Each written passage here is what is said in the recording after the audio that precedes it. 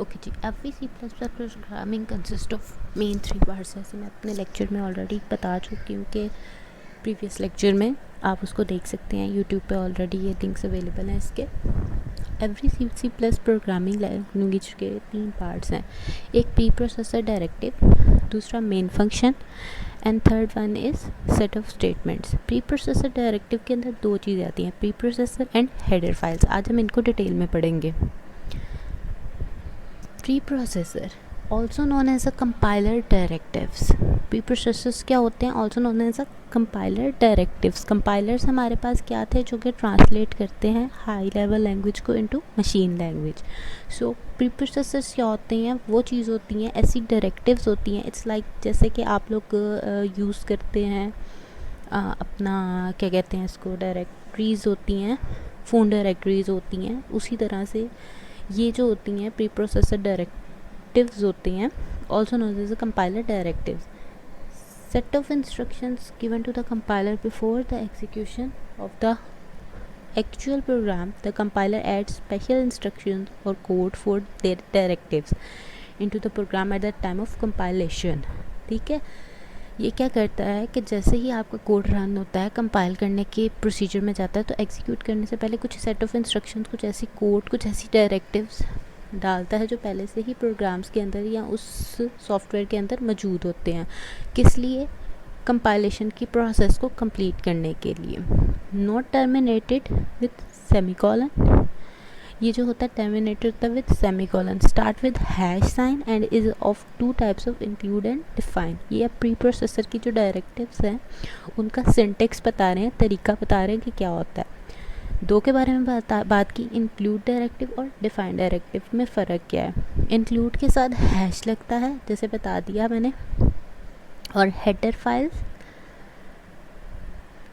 इस तरह कॉलन डाल के इन्वर्टेड कॉमर्स में। दिस डायरेक्टिव टेल्स द, आगे जाके हम जब प्रोग्राम लिखेंगे तो ये प्री प्रोसेसर डायरेक्टिव्स यूज़ होंगी।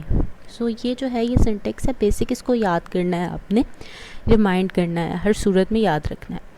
सो इंक्लूड डायरेक्टिव्स के अंदर क्या है? Hash include header files. This directive tells the compiler. Include directives करती क्या है? जो कि हैश के साथ लिखी जाती हैं।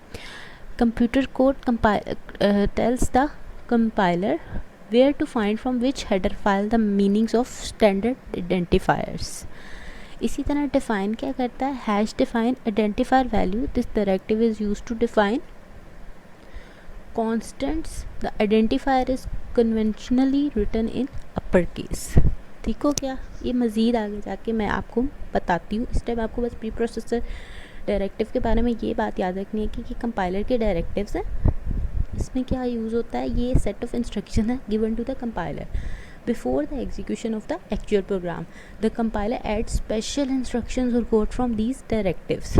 ठीक है, ये डायरेक्टिव्स को यूज़ करते हुए जो कंपाइलर्स है वो क्या करता है? ऐड करता है स्पेशल कोड को, जो कि बिल्ड इन होते हैं पहले से उस प्रोग्राम के अंदर, into the program at the time of compilation. Compilation के प्रोसेस के टाइम पे इसको ऐड करता है। नॉट टर्मिनेटेड विद सेमीकोलन, इसको एंड नहीं किया जाता विद सेमीकोलन के साथ। जो भी प्रोग्राम आप लिखते हैं उसको सेमीकोलन के साथ एंड करते हैं, लेकिन इसको नहीं करते। ये स्टार्ट कैसे होते हैं डायरेक्टिव? हैश साइन के साथ। और इसकी 2 टाइप्स हैं, एक इंक्लूड है और एक डिफाइन है। ठीक है, इंक्लूड डायरेक्टिव क्या है? हैश इंक्लूड हेडर फाइल, ये तरीका है उसको लिखने का। और डिफाइन डायरेक्टिव लिखने का क्या तरीका है? Hash define identifier values. ठीक हो क्या? आगे जाके इनको मज़ीद डिटेल में भी हम पढ़ेंगे। हेडर फाइल्स अब क्या होती हैं? जैसे कि यहाँ पे बात की थी प्री प्रोसेसर के अंदर हेडर फाइल्स की। हेडर फाइल्स क्या होती हैं आपके पास? बात यही होती है ना, प्री प्रोसेसर डायरेक्टिव के अंदर 2 चीज़ें होती हैं, प्री प्रोसेसर और हेडर फाइल्स। ठीक है, प्री प्रोसेसर और हेडर फाइल्स। प्री प्रोसेसर के बारे में हमने बात कर ली कि क्या चीज़ होती है। इसके अंदर 2 चीज़ें होती हैं, हैश इंक्लूड और हेडर फाइल्स। ठीक है, अब हेडर फाइल्स क्या होती हैं? Collection function, library function. It must be included before calling its associated functions in the program. Always enclose to angle brackets, angle brackets के साथ क्लोज की जाती हैं। और return inside double quote, double quotation के साथ इसको लिखा जाता है। Extension of header file is .h। हर चीज़ की एक एक्सटेंशन होती है, जो भी आप प्रोग्राम लिखते हैं इसकी क्या एक्सटेंशन है फाइल की? .h। जब आप PTCL के फ़ोन यूज़ करते हैं तो उसकी एक एक्सटेंशन होती है, या अगर आपने कोई लोकली किसी ऑफिस में कॉल करनी है तो एक नंबर के ऊपर डिफरेंट डिपार्टमेंट्स की एक्सटेंशन होती हैं, जैसे 1 2 3 2 3 4 5 डिपार्टमेंट ऑफ केमिस्ट्री का है, 3 6 डिपार्टमेंट ऑफ मैथ्स का है। These are the extension. इसी तरह हेडर फाइल्स जो हैं उनकी भी कुछ एक्सटेंशंस होती हैं, जिसको कैसे शो किया जाता है .h से, और इनको लिखा कैसे जाता है एंगल ब्रैकेट्स के अंदर। इसकी डायरेक्टिव क्या है, यानी इसकी जो फाइल है उसको क्या कहते हैं iostream.h और iostream.h। या तो आप इन्वर्टेड कॉमास में लिख दो या आप उसको एंगल ब्रैकेट्स में लिख दो, ये दो ऑप्शन है आपके पास, ठीक है। ये आपके पास iostream.h को एंगल ब्रैकेट्स में लिख दो या आप उसको iostream.h को इन्वर्टेड कोमा यानी डबल कोट्स में लिख दो, ठीक है। और .h क्या है, iostream हेडर फाइल जो है इसकी एक्सटेंशन है। ये करती क्या है, collection of standard library functions. Standard library functions होते हैं, कुछ फंक्शंस प्रोग्राम्स लाइब्रेरीज होते हैं, इनको मज़ीद डिटेल में हम पढ़ेंगे, लेकिन अभी आप सिर्फ मेन कॉन्सेप्ट को समझो। It must be included before calling its associate function in the program. इसको इंक्लूड किया जाता है बिफोर, उसको प्रोग्राम लिखा है उसको कॉल करने से पहले, उसको एग्जीक्यूट करने से पहले। Each header file contain different types of predefined functions. For example, iostream is used for input output function, ठीक है। जो iostream है, जिसको IOST स्ट्रीम कहते हैं, iOS से पता चल रहा है इनपुट के लिए और आउटपुट के लिए, ठीक है। तो ये जो है जब आप इसको लिखोगे तो आप जो भी प्रोग्राम लिख रहे हो उसकी इनपुट लेना और आउटपुट देने के लिए यूज़ की जाती है। maths.h is use to include predefined mathematical functions in the program. मतलब इससे ये होगा कि जब प्रोग्राम कंपाइल करेगा आपके डाटा को जो आपने लिखा होगा, तो उसको ये बात पता लग जाएगी कि मेरे पास जो इस टाइम आ रहा है iostream अगर इसने लिखा है, तो जब वो इसको रीड करेगा तो वो कहेगा ये कुछ यहाँ से हमने इनपुट और आउटपुट लेनी है फंक्शन की, ठीक है। और math.h का अगर आप फंक्शन यूज़ कर रहे हो यानी हेडर फाइल यूज़ कर रहे हो, तो वो उसको क्या कंसीडर करेगा, ये प्री डिफाइंड मैथमेटिकल फंक्शंस होता है इन प्रोग्राम। ये उसको देखेगा कि भाई मैथ से रिलेटेड इसका कोई ना कोई कॉन्सेप्ट होगा जो वो यूज़ कर रहा है, ठीक है। ये आगे जाके जब हम कोड लिखेंगे ना तो आपको मज़ीद क्लियर होगा। अच्छा जी, अब ये तो बात हो गई प्री प्रोसेसर डायरेक्टिव्स के अंदर, प्री प्रोसेसर और हेडर फाइल्स की। अब हम आते हैं मेन फंक्शन क्या होता है। ये सारी चीज़ें क्या हैं, basic structure of C++ program का, ठीक है। प्री प्रोसेसर डायरेक्टिव के अंदर प्री प्रोसेसर और हेडर फाइल। प्री प्रोसेसर क्या है, हैश के साथ जो भी आपने हेडर फाइल लिखनी है वो लिखते हैं। हेडर फाइल्स क्या है, iostream यानी इनपुट आउटपुट का फंक्शन। डेफिनेटली ये हेडर फाइल तो हर एक फंक्शन के अंदर आएगी, क्योंकि आपने कुछ ना कुछ इनपुट लेनी है और कोई ना कोई आउटपुट देनी है जो भी आप प्रोग्राम लिखोगे, ठीक है। अगर आप किसी प्रोग्राम को लिखते हो 2 + 2 = 4, तो आप कोई ना कोई इनपुट दोगे और आउटपुट आएगी। तो आपको ये वाली जो फाइल है यूज़ करनी है। अगर आप कुछ कैलकुलेशन कर रहे हो, कोई फार्मूला लगा रहे हो, तो maths.h की हेडर फाइल लगाओगे, ठीक है। अब मेन फंक्शन की बात करें तो मेन फंक्शन क्या है हमारे पास, the main function is a place where the actual execution of the program start. वो जगह है, वो स्टेटमेंट है, वो एरिया है जहाँ से आपका एग्जैक्ट प्रोग्राम जो आपने लिखा है, जो आपने सोचा और जो आपने लिखा कि जी मुझे अगर 2 + 2 ऐड करना है तो उसको किस तरह से मैं लिखूं प्रोग्रामिंग के अंदर और उसको ऐड करके उसका आउटपुट दूं। सो वो एरिया है जहाँ से प्रोग्राम स्टार्ट होता है। Whenever the program is executed the control directly enters the main function, मतलब मेन एरिया में एंटर होता है, ठीक है। हेडर फाइल्स और ये फाइल्स इस तरह से आप कह लें कि ये आपको एक एड्रेस दे देती हैं, लेकिन जब आपने जिसके घर पहुंचना है, जब तक आपको ये नहीं पता चलेगा किस ब्लॉक में है, मेन एरिया क्या है, मेन ब्लॉक क्या है, तब तक आप नहीं जा सकते, ठीक है। सो ये इस तरह से है। So the main function is a place where the actual execution of the program starts. For example, whenever the program is executed, the control directly enters the main function and start executing its statement. If the compiler does not find it, compiler का concept आपको बड़ी अच्छी तरह clear है कि जो आपने language लिखी है उसको कन्वर्ट करते हैं हाई को मशीन लैंग्वेज में। मैं रिपीट करती जाती हूँ इन चीज़ को ताकि आपके लिए आसानी हो।